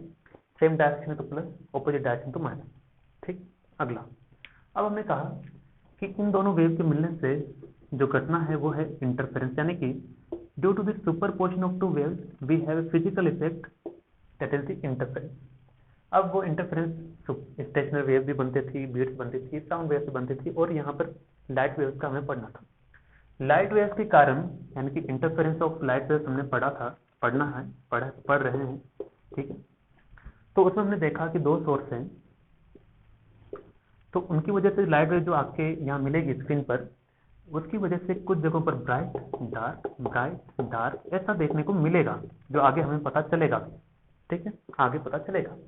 इसको हम कहते हैं इंटरफेरेंस पैटर्न। उस इंटरफेरेंस पैटर्न को ऑब्टेन करने के लिए कुछ कंडीशंस थे। क्या कंडीशंस? ये थी कि कोहेरेंट सोर्स और नॉन कोहेरेंट सोर्स क्या थे। हमने देखा कि जो कोहेरेंट सोर्स है वो टाइम पे डिपेंड नहीं करता है, और ये टाइम पे डिपेंड करता है। डिपेंड नहीं करने की वजह से जो इंटरफेरेंस पैटर्न है वो फिक्स हो गया था, एक ही जैसा। यहाँ मैक्सिमा है तो मैक्सिमा ही देगा, जबकि यहाँ क्या हो गया था, इंटरफेरेंस पैटर्न कंटिन्यूसली चेंज होगा। यहाँ मैक्सिमा कुछ देर बाद यहाँ मिनिमा हो जाएगा, ठीक है, कंटिन्यूसली चेंज होगा। तो ये ऑब्जर्वेशन करने लायक नहीं है, जबकि ये है। तो मैंने कहा कि कोहेरेंट ही सब कुछ है, ठीक है। कोहेरेंट सब कुछ है, तो कोहेरेंट सोर्स फाइंड करने के लिए हमने कहा क्या दो सोडियम लैंप को लगा दें, वो कोहेरेंट सोर्स होंगे? नहीं, क्योंकि वो तो रैंडमनेस रखता है। तो क्या दो कैंडल लगा दें? नहीं। तो क्या करें? तो आप ये कीजिए कि कोहेरेंट सोर्स को फाइंड करने के लिए, यानी कि ऑब्टेन करने के लिए आपके पास दो मेथड है, either by dividing by wavefront और बाय डिवाइडिंग एम्पलीट्यूड। तो वेवफ्रंट को अगर डिवाइड करके आप ऑब्टेन करते हैं तो उसमें 2 या 3 मेथड थे। पहला था YDSC, दूसरा था फ्रेस्नेल बाइप्रिज्म, तीसरा था लायोट्स मिरर, ठीक है। ये तीनों हम पढ़ेंगे वेवफ्रंट को डिवाइड करके। और दूसरा था बाय डिवाइडिंग एम्पलीट्यूड। एम्पलीट्यूड को डिवाइड करके कैसे? उसमें था एक थिन फिल्म इंटरफेरेंस, मतलब ये सब टॉपिक के नाम हैं। थिन फिल्म इंटरफेरेंस, यानी कि थिन फिल्म इंटरफेरेंस के अंदर एम्पलीट्यूड को डिवाइड कर देते, ठीक है। या फिर माइकलसन इंटरफेरोमीटर, ठीक है। तो इसी के साथ आज का लेक्चर कंप्लीट होता है स्टूडेंट। उम्मीद है समझ में आया होगा, कुछ कुछ नहीं आया है तो आप बता सकते हैं, विल डिस्कस इट। ओके, मजे करते रहिए, पढ़ाई कीजिए।